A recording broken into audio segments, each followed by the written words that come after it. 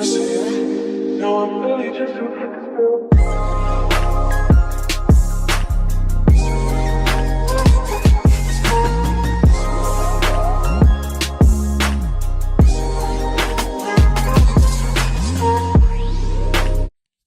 Hi, you guys. So, I want to introduce you to my new channel called The Kimberly Chronicles, which pretty much is just about things about me, Kimberly, kind of. Things that's going on in my life, pretty much like a life vlog. Things that's going on in my life, things I plan on doing, things that I be wanting to talk about and usually don't get the chance to talk about, but with some of my close friends. So I just want to talk about some things with you guys just to see can people relate to what I be going through in my everyday life. Some people may see this page and already know that I have another YouTube channel. It's Kimmy L, and that was strictly about Alaska. I made that channel when I was in Alaska. We were stationed there for 3 years, and I just left from over there in January. So glad to be back in the South where it's extremely hot and burning up. Yeah. But that channel was strictly about, people that were going to be stationed at Fort Wainwright, learning about Alaska, what can you do, what not to do, what to bring, what not to bring, stuff like that. So I wanted to create a channel that was pretty much just about, things that I like, things that may be relatable to other people, things that people may like that I like, and we can just have conversations about pretty much. So I hope you guys like this new channel, The Kimberly Chronicles. And today I wanted to make my very first episode about what about certain things that be going on in my life pretty much. And pretty much every episode that I have is gonna be something that kind of deals with my everyday life, pretty much, or something that has happened in my life, where it's past, present, or future, pretty much. So, what people do not know about me, if you have never seen me before on YouTube, my name is Kimberly. I am a Gemini. Of course, I do have two personalities. I'm Kim some days and Kimberly on others. Yes. I am a wife, a military spouse, of course, and I have four daughters ranging from 15, 13, 9, and 7. So my life is very chaotic, very busy. I am a student. I am in school right now trying to wrap my head around what I want to do in the healthcare career. Um, Half of me is like medical lab tech. Some of me is like nursing, and some is like radiology. I'm all over the place. Literally, I'm all over the place. So my life is busy. I work from home. I have a lot of stuff going on, and pretty much, doing YouTube was always a hobby for me. Even when I was in Alaska, when I was first moved there, I didn't have a job. I was in school, but I was bored. I was a stay-at-home mom with four kids. If people watch my other videos, I've always worked. So moving across the United States and not working to be a stay-at-home mom was a very big change for me. So I'm so glad to be back down south and keep that working girl going while I'm here. But today, I wanted to make my first episode about being a military spouse. So I was on Facebook a couple days ago and I had seen a meme. It was a meme based on Squid Games, pretty much. And it had the guy that's like the lead actor in Squid Games. And it had on there, how you look when you are first a military spouse, how you're so cheesy and smiley. And then it had on there how you are a seasoned spouse, pretty much like looking like you hate the world. And I had wrote a status on Facebook about it, and I was like, you know what? That's actually really how it is, because people don't really know too much about the military spouses. People think that we pretty much just birth babies to sit on our butts. Not to say that some people don't do that. Yes, some people do, but not all of us do that. No. So, my question for today is it really great being a military spouse? Me, I'm just gonna give you some of my pros and cons about it, and hopefully, people who are watching this video, give me some comments and tell me your pros and cons about being a military spouse as well. So let's get started with the video. Right. So, like I said before, I am married. Me and my husband Shannon has been married for 7 years. We just had our 7th anniversary on June the 2nd. My birthday is on June 1st. Yes, I did choose to get married the day after my birthday. It's gonna sound like a weird story, but the reason why is because the first time that I did get married, I got married in April. And I could never remember the date of the day that I got married. And that should tell you the fact that I couldn't remember the date that I got married was gonna tell that our future pretty much together was not gonna last. So when me and my husband, he proposed to me like in May. It was like on Mother's Day. He proposed to me on Mother's Day. And we wanted to get married soon. And he was like, "Oh, your birthday is June 1st. Let's get married on June." I was like, "No, I don't want to share my birthday with my wedding day. Let's get married the day after so I can make it pretty much a weekend celebration." And that's what I did. I got married on June the 2nd. So, me being a military spouse, I've been a military spouse for a very long time. My ex husband, we got married in April of 2012, and our first duty station was Fort Bragg. I have a lot of positive things to say about being a military spouse, but I also have a lot of cons of being a military spouse. On a scale of 9 to 10, how I feel about being a military spouse, I'll give it a 6 on a scale from 1 to 10 because just like it's a lot of positive things, it's a lot of negative things. Think about it, when you're first a military spouse, you're green, you know nothing. So me coming into the military spouse world, we moved from Mississippi, and I had 2 children at the time. My oldest Peyton, I think, was 3, and my daughter Jordan, she was 1 at the time. So we moved. Everybody in Mississippi, like before we left, they were like, "Oh my God, when you guys get to this new duty station, you're gonna love it. The Army pays for you a place to stay.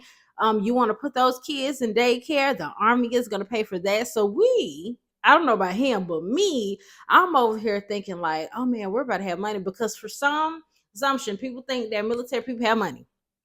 I don't know why, but people think that military people have money. But I guess they were on the assumption that we was gonna go to our first duty station and we was gonna be popping and everything was gonna be great, and it was far from great. I tell you, my ex-husband, I'm sorry, came in. He was a private.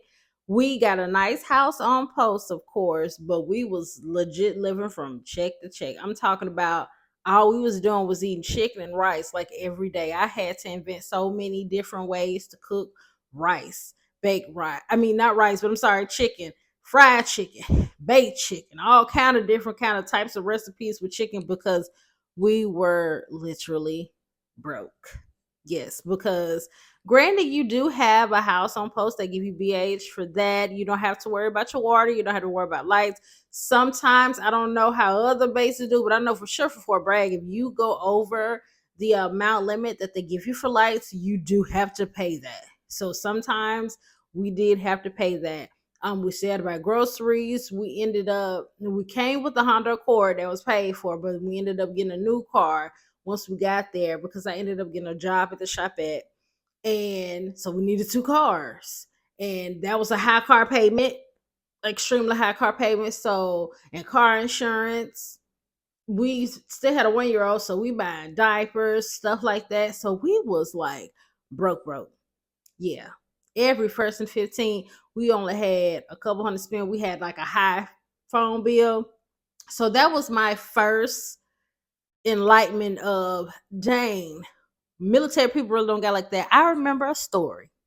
It was my friend Tempest and my friend Kelsey. We was all like new to the military life, all new, and we was going to church on a Sunday, and we wanted something from the store. I think we wanted a drink or something, and we all went to the shop it. And I was the first person I think that tried my debit card. My debit card declined. Kelsey tried her card declined. Tempest tried her card, and her card decline. Yes, we were all broke. All of us was married to privates, and we was all broke, living a check for check. Yeah. And I also found out that daycare was not free. You still got to pay for that stuff out of pocket. So I quickly learned that the assumptions that the civilian world had about the military was not how it really was when you actually got in there. I will say my most positive things was it's gonna always be the people that you meet. You're gonna meet some wonderful people being a military spouse because every base that you go to, you're gonna be far away from family, and those people are gonna be considered your family. They're the ones that's gonna be helping you with your kids when you got an appointment and you don't have a babysitter, or maybe it's something in your house food wise you don't have and you need to go to your next door neighbor and get it. Your friends is going to always be your family. I will say that. And plus, you're always going to different places. Being a military spouse, I have lived in North Carolina. I haven't lived in Georgia. I haven't lived in Alabama. I lived in Alaska. Yes, I went on the other side of the world and lived for 3 years. Great experience, but I never want to do it again. So, being a military spouse is great. But I will tell you this, there's also some bad parts of being a military spouse. Just as well as you meet great people, you're going to meet some negative people too. Because literally, that's how my first divorce happened. Because I, of course, became the statistic when my ex husband thought it was really cool to go to the next door neighbor and spend a little bit of time while I was pregnant with our third baby. And of course, that one ended in divorce. Yep. That one for sure ended in divorce. But you know what?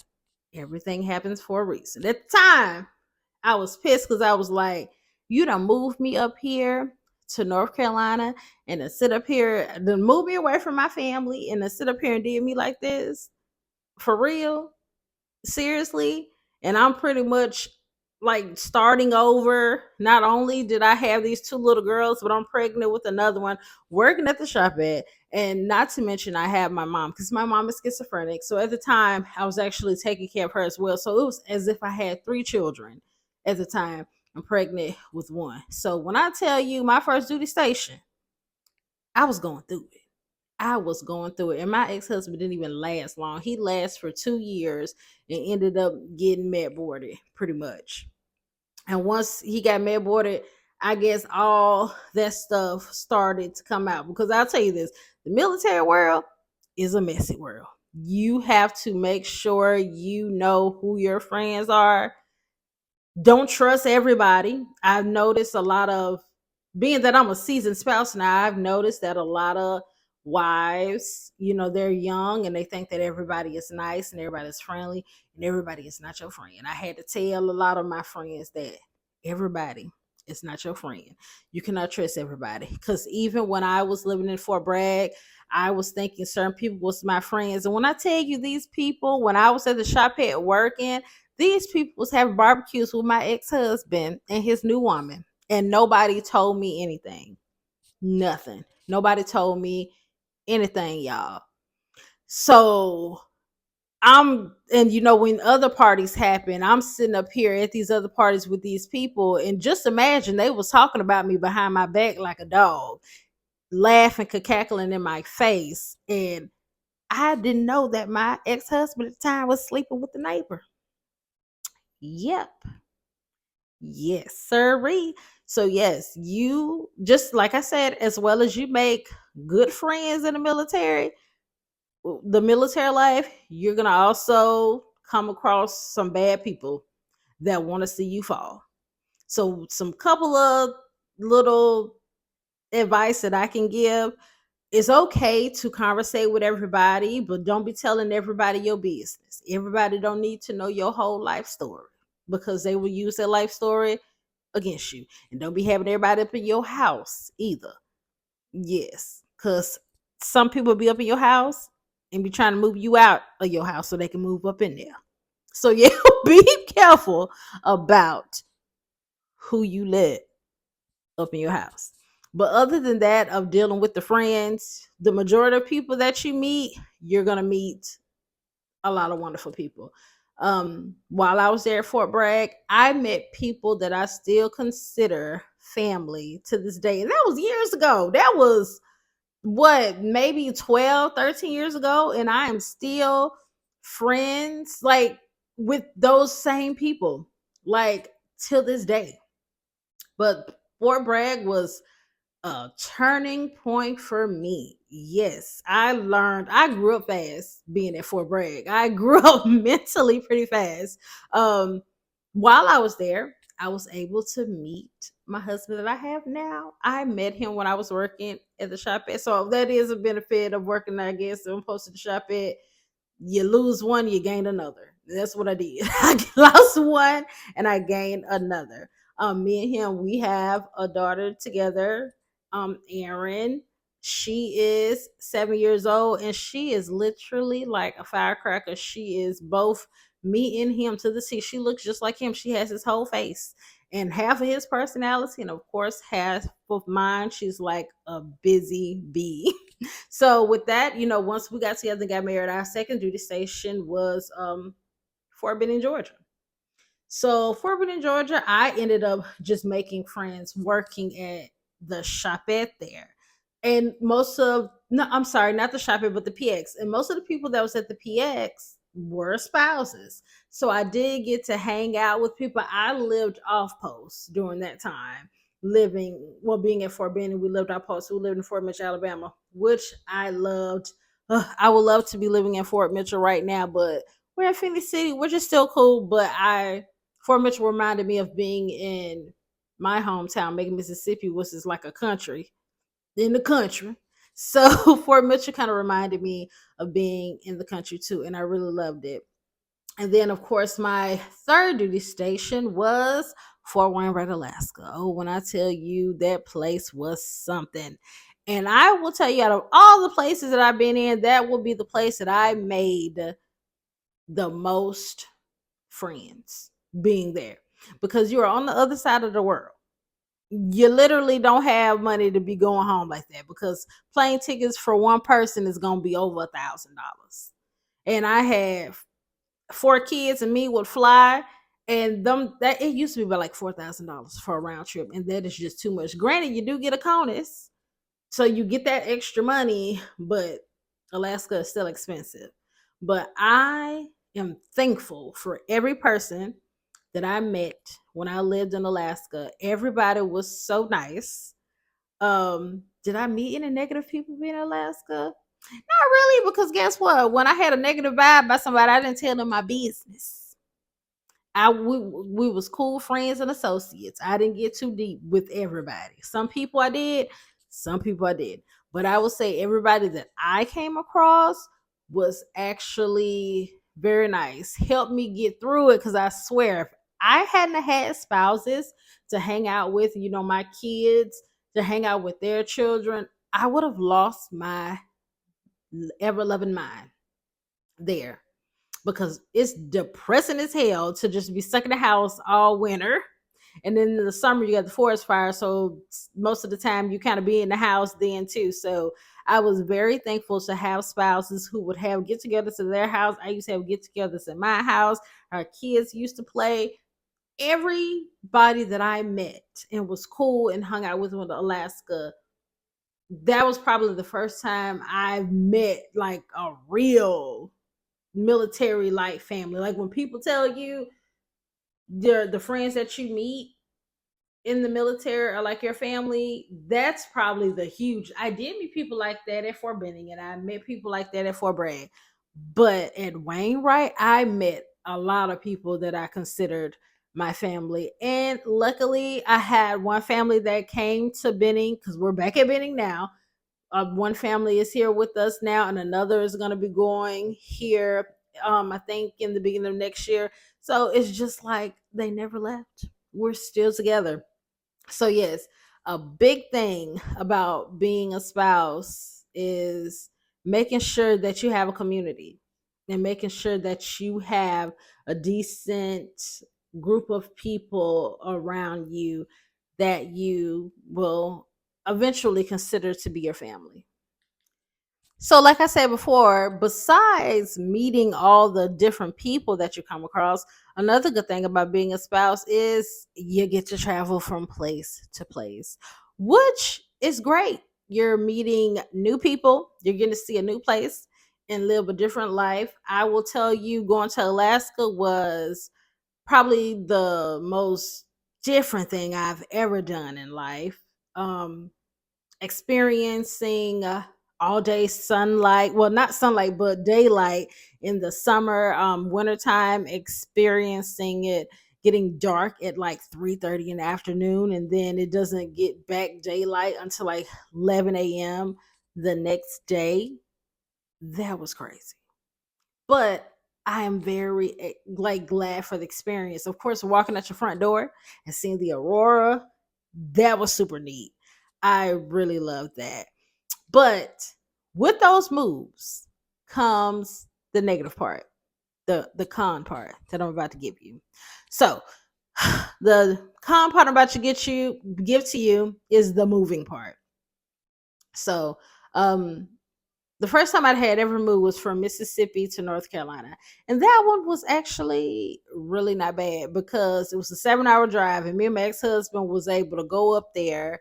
We stayed in a hotel for like what, three, maybe 4 days, and was able to get a house and everything.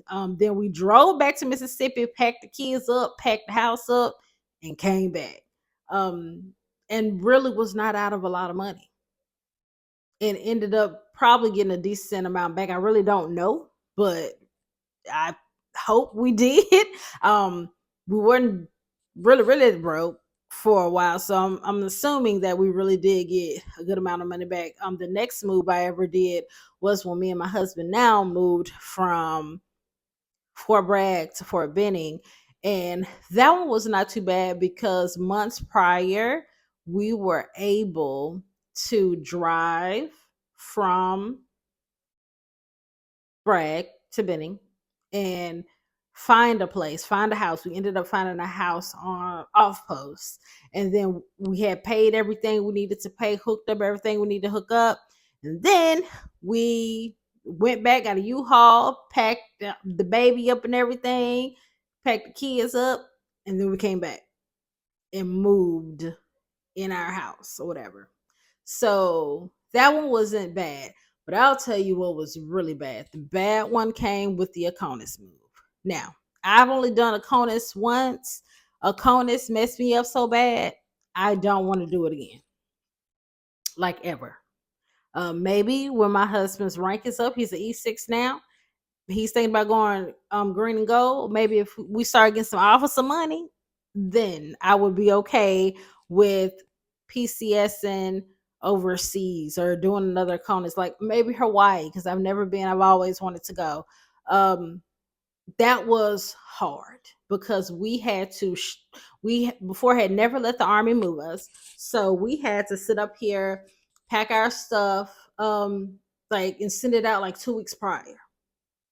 So we just was in a house empty with nothing in it, sleeping on. Thankfully, I have a good family. So my oldest three went with their dad, and my youngest went with my mother-in-law. So it was just me and my husband sleeping on an air mattress while everything was gone. Then we had two vehicles. So one of the vehicles we had to sell because apparently the army does not pay for two vehicles. They only pay for one. So just to let you know, if you got two vehicles, I would suggest honestly putting it in storage with a family member or just paying for storage, or better yet, to save money, leave it with a family member. Leave it at their home. We decided to, I had a Honda, and we decided to sell it. And now, years later, my feelings are hurt that we did that. And I'm gonna explain that later of why my feelings is hurt. So we ended up having our just a four flex because it's a, I want to say a 8 seater, 6 seater, I think it's an 8 seater. But anyway, we shipped that to Alaska. So for about a week, we had to spend money for a rental. We the army pays for your plane tickets. Plane tickets was like $4,000 for all six of us. We get to the hotel. Um, and we don't have a car. So we need to rent a car. Now, this is going to be the bad part of being a military spouse when it comes to the financial part of PCS. And what most people don't know is, and I've had to find this out the hard way, when you're in a hotel room, they give you a GCC card. Your spouse get a GCC card. And with that GCC card, they pay for your food and they pay for the hotel stay every day, right? Well, GTC card only gets a certain limit. So, depending on where you're going, if they don't have a house available on post for you, you're going to be living in that hotel. And a hotel in a month's time can be about $3 or $4,000, and your limit probably is like five. So you're spending $3 or $4,000 on a hotel room, and then you still got to buy food, and not to mention a rental car because they had no hotels available on post on the Wainwright. So we were screwed. And so we had this rental car pretty much. And with that, you're paying for a rental car every day for your spouse to get to and from work, paying for rent, paying for the hotel, I'm sorry, and then food. And it was six of us at the time. So paying for food for six people, hotel stay, and then a rental car to get back and forth to work. When I tell you, these are the trying times of being a military spouse because we ain't had no money and we were surviving off of breakfast in the morning from the hotel, noodles, and hot pockets.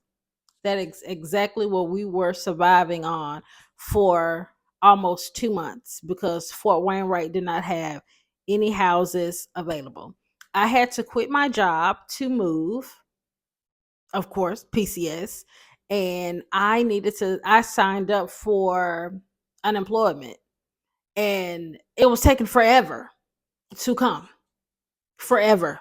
And we moved in November 3rd of 2021. So we are there freezing. Don't we have winter clothes, but we have Alabama, Georgia winter clothes. We don't have Alaska winter clothes. So we freezing and we hungry. So these are the times of being a military spouse when it's very trying. And that was my first time really having to deal real heavy with the kids staying in a hotel. Cause like I said, the first time with my ex-husband, we didn't have the kids, it was just us two. And we only stayed for 3 or 4 days max. So we really didn't lose any money. With this one, we lost a lot. And it's a such thing as TLA. And I didn't know that with TLA, I'm assuming like, oh, you get this money like how people say they pay for your hotel stay and the army pays for your food. Yeah. When you get out of the hotel, yeah, they pay for it. Once you get out of the hotel and you finally get a house on post and you take them the receipts and then they pay you back. So you're broke forever. We was broke for the longest. By the grace of God, my husband had a friend that he was stationed with in Fort Benning, and he came to Alaska first, and he went out of town for Christmas, and he left his car with my husband for 2 weeks while he was gone, and that was 2 weeks that he had a car to get to and from work, where it did not have to come out of our pocket to where we had money to buy food. And then he had to up the limit on the GCC card just to pay for the hotel. And when I tell you that we finally got in the house, we had to not only get a loan to pay for I guess the first month you have to pay security deposit, all that stuff. We had to get a loan for that. Also to buy winter gear for our kids. Now in Alaska, they do give you like a stipend depending on your size of your family for winter gear, but we hadn't got that yet. So we had to get a loan and a star card, by the way, because we didn't have that to afford food and all that. That was rough, very rough, super rough. And I'm in a new place and I'm trying to figure it out, of course. How are we gonna survive for these next few weeks? And then we didn't have no furniture. We got a house with no furniture. So then we're waiting for our furniture. The first year of being in Alaska was hell. It was hell. And I was glad to know that there was a lot of people who related to me and knew what the hell felt like. I did not know that it was so many other families went through the same thing where they had to stay in that hotel for weeks until they were able to find a house on post. Didn't have money, had to get a rental car because they had to wait for their vehicle to come in. The GTC card exceeded the limit, so and you have to pay that money back. And after my husband sent in all his receipts and stuff, we still didn't get all our money back to pay off that GTC card. So what did they do? They garnished the money out of his check every month for a whole year. In all, it was $10,000, and it took a whole year to pay $10,000 back on that GTC card. Thankfully, I was able to find a job at the shop at to help out financially, but that's the negative part of being a military spouse is when you're dealing with the finances and you're moving to a new place and you got to worry about trying to feed your kids, trying to worry about a vehicle to get to A to B. You as a mom feel like you need to do something because your husband is about to lose his mind because he pretty much got the world on his shoulder because he's trying to figure out how am I going to pay for this? I got to pay this debt back. I got to make sure that the family got food. I got to make sure I get to work every day. I got to make sure I got this. And then and then they also got to worry about their job and signing it, doing all that stuff. And then you as a mom or as a just not even a mom, just a spouse just in general is feels helpless because you're like, I'm just here with the kids. I don't have a job. Like I feel like I'm not doing enough to help. My spouse has the world on his shoulders, and then I'm just here. That was a very hard time. And I will tell you, PCSs will test your marriage. I've heard people say that, especially when I've talked to married couples who've been married for like years and like retired, and they say that PCSs test your marriage. They are not lying. I am not gonna lie, I hated my husband for them 3 years that we was in Alaska. I hated him because he was a bitch. He was having a bad day at work all the time. He was stressed, extremely stressed because they always had him doing a job that was for somebody else that he wasn't going to pay for. My husband was the E6 and they had him as a platoon sergeant because they did not have a platoon sergeant there at the time. And he was given that role without getting platoon sergeant pay. So he felt like he had the world on his shoulders and he was having a bad day at work and he was bringing that bad day home. So trust me, for the first 3 years, I'm sure we didn't like each other. Yeah, I'm gonna say the first two. The third one got a little bit better after we both got the hang. I got a job, I made friends. He started to get the hang of his position. But the first 2 years was hell because I'm in a new place where I know nobody. I'm sitting at home with 4 kids all the time, cooking and cleaning, getting fat as hell because I'm stuck in the house all winter and all I'm doing is just eating. I'm depressed. It was horrible. And then he's coming home having a bad day from his job. And then when he comes home, I'm sitting up here telling him, like, I just hate it here. I don't want to be here no more. I hate it here. I have no friends to talk to. I have nowhere to go. We're broke. We don't have no money. Yes, I'm sure I made his life a living hell. I apologize, honey. I apologize. I was bad for doing all that. But yeah, that is going to be a time that tests you as a military spouse when you're dealing with that PCS and the money situation and the money isn't flowing like it's supposed to be. That is stressful. And another thing, for people that thinks that military people is just rich and loaded, that is not true. That is not true at all. On paper, especially with my husband being an E6, on paper, it looks like he makes a lot of money on paper. But trust me, us military people have debt. I'm gonna tell you why. Because just like I just explained to you guys, the amount of chaos going to Alaska, don't think it wasn't the same leaving. The first issue came when it was time to buy the plane tickets. The GTC card did not come in time, so we were able to pay for them. My husband had to get a loan from the bank to be able to buy the tickets, a loan that we're still paying right now, and we'll probably be finished paying it at the end of the year.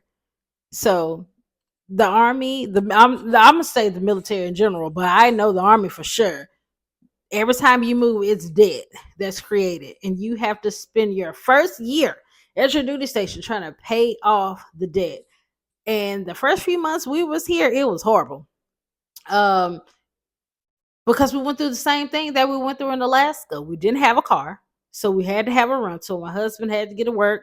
The messed up part about kind of being here is we know people, but we didn't have people that were able to, like, pick us up and take us where we need to go, because they have families, they have lives, they have jobs too. And they didn't live on post. So we didn't want to just harass people and take them out of their lives to help us. We thankfully, like I said, the same thing that happened before we left, we did the same thing. My mother-in-law had my youngest, my ex-husband had my oldest three daughters. So it was literally just us staying in the hotel. Money for food? Nope. We bought noodles and bought hot pockets, bread, stuff like that, because the hotel that we stayed in had like a microwave and stove. And we ate breakfast every morning downstairs. And on Wednesdays, I think they would have like family night, and we would go down there and do that just to save money, because we needed money for the rental car and we needed money for gas. Yep. And we ended up running out of the money that we had for the hotel. And we have a couple that live in Fort Mitchell that we're really cool with, that we met before we left, and they were nice enough to offer us a place to stay with them. But I mean, me and my husband just so particular. We just would rather do stuff on our own. I know it sounds stupid, because people probably like, you could have saved money, but we're just like to kind of do stuff on our own. Our GTC card came in time. It got mailed to their house. So then we were able to afford the rest of the hotel. But that hotel was pretty much bleeding us dry along with the rental car, bleeding us dry. So while we were in the hotel, we ended up getting our taxes, and we ended up getting this house that we're in right now. I would have preferred to live on post, because would be a lot cheaper. All we would have to do is worry about rent, and we wouldn't have to worry about a light bill and a water bill that we have to worry about now. But we had to do what we had to do, because we were going into a financial hole, pretty much being in that hotel and paying for their rental car. So that part of being a military spouse, the PCSing, oh, it is crap. It is crap. I told my husband, the next duty station that we go to, it's gonna be closer. Like, it's got to be something that we can drive. I don't want to fly. I don't care if it's in Colorado. I don't care. I want to go somewhere that we can just drive to. And he told me that he wants to do Bragg again, because my husband, he only has 9 years left. So by the time we leave here, he only has 6. And he was like, I kind of want to go back where I started. I want to go back to Bragg. I'm cool. It's a 7-hour drive. I'll do that. But right now, with a colonist going somewhere far, going on the other side of the world, and if they ever try to send me to Alaska again, I promise you, I will lose my shit. I will definitely lose my shit. So another thing about that's kind of good about being a military spouse is, I guess, the benefits. A lot of people on the outside, they be like, oh, you guys get that TRICARE and you got all those benefits. I guess I will say, it's good having TRICARE if you can find a decent doctor on post. A decent doctor. Um, some of them I've ran across at being at different duty stations. I would say this is just my personal opinion. You can have 10 doctors on a military base, and only 2 of them are going to act like they care, and the other ones are pretty much not. When I went to Fort Wayne, right,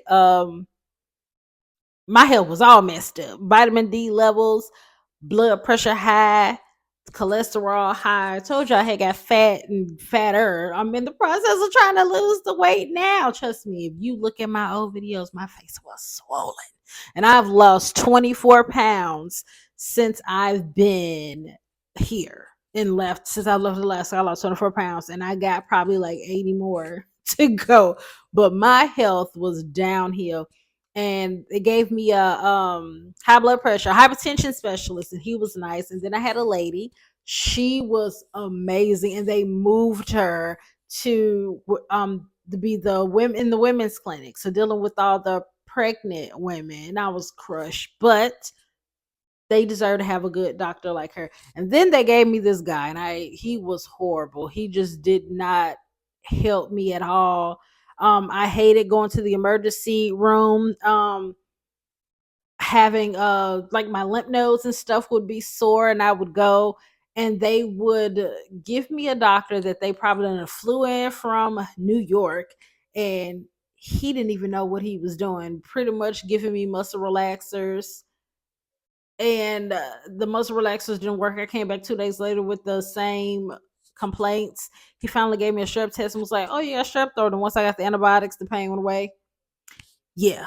If you come across a good doctor at a military base, that's great. Um, you don't have to worry about your prescriptions. Of course, you don't have to pay for the doctor visit unless you do select and you go off post. Sometimes me and my kids being here, I do not like going to Fort Benning to go to post because it takes 2 years to get an appointment. So I do urgent care. And I love the fact that the only thing I have to pay for is probably like $2 or $3 on my prescription at Walgreens or CVS. I don't have to pay for the appointment. So TRICARE can be good. Dental services, United Concordia, they pay $17.50 of any dental treatment that you're doing, and then you pay the rest. I guess that's not bad. I think he could do better, but it's just me. But I am appreciative because it could be a whole lot worse. So, yep, I guess having the benefits of health insurance and stuff is actually a great thing. All in all, my experience of being a military spouse, like I said, on a scale from 1 to 10, I would give it a 6. I've been amazing places. I've got to make amazing friends. Um, I've had a great experience. But I mean, I've had bad experience. I guess it's just life in general. Life is not always perfect. So you're going to have good experiences and you're going to have bad experience. So overall, is it great being a military spouse? It's okay. I mean, it's good. I wouldn't say great and I wouldn't say bad. I'm always going to be in the middle. But I would say don't knock it. Some people try to knock it and be like, "Oh my god, no, it's just horrible." It is not horrible. I think it's just like anything else. But we do deal with a lot. I say in order to be a military spouse, you have to have some thick skin because there are going to be a lot of times where you just going to have to suck that shit up and do what you got to do, especially when money is not where it needs to be and y'all are kind of broke. You just got to do what you got to do. Especially those times when your spouse is gone out the country or in the field or training, and you are a single parent and your children outnumber you. And I have 4 kids, so trust me, I know a lot about your children outnumbering you. You just have to do what you got to do. Trust me, I've met some spouses who couldn't take it, and they had 1 and 2 kids, and they was like, "Oh my god, but it's my husband coming back. I cannot do this." And I'm looking at them like, I got 4, and you complaining about 1, and I got 4. Even at the time when I had 2 and 3, y'all complaining about 1. Try 4, try 2, try 3, and then come at me about being a single parent for a few months. And then especially, you got to deal with the deployments. Those are scary. Yes, because you just never know what's going to happen. I would say I'm blessed that by the grace of God, my husband came back safely because we had just had a new baby. He left for deployment back in 2017 when I was 4 or 5 weeks pregnant. And when he came back, Aaron was 2 weeks. So the good thing, some people miss the births. I have a friend right now that her husband was deployed. She's in Arkansas, and her husband came back like months later. So like what, 4 or 5 months later, her husband came back. So he missed a lot. Luckily, my husband only just missed 2 weeks. I hate that he missed the birth. That's something that was his first child. So that's something that he'll never get back. Another thing I want to mention about being a spouse, you have to, like I said, have that thick skin, because your husband, not only will he miss births, he's gonna miss a lot of birthdays. My daughter Erin, my husband have this thing with her birthdays every year. He throws cake in her face like for every birthday. And with being in Alaska, he missed two of them. We were there for 3 years and he missed two of them. And this birthday, she was at our mother-in-law, and we made sure, we had just moved in a house, but she was staying with our mother-in-law until we got the furniture and stuff situated. And he made it a point to pick her up this year in February for her birthday and take her to Dave and Buster's and hang out with her, because my husband, he is such a soldier man. He's very stern. My kids be like, "Oh my god, he's so mean." My husband is a sweetheart, but he's very stern. He's very legit a military man. Like, you can tell. But the fact that he was like, "I've missed, two birthdays in a row. I'm not gonna miss this one. She's turning 7. Like, we about to get her and take her to Dave and Buster's."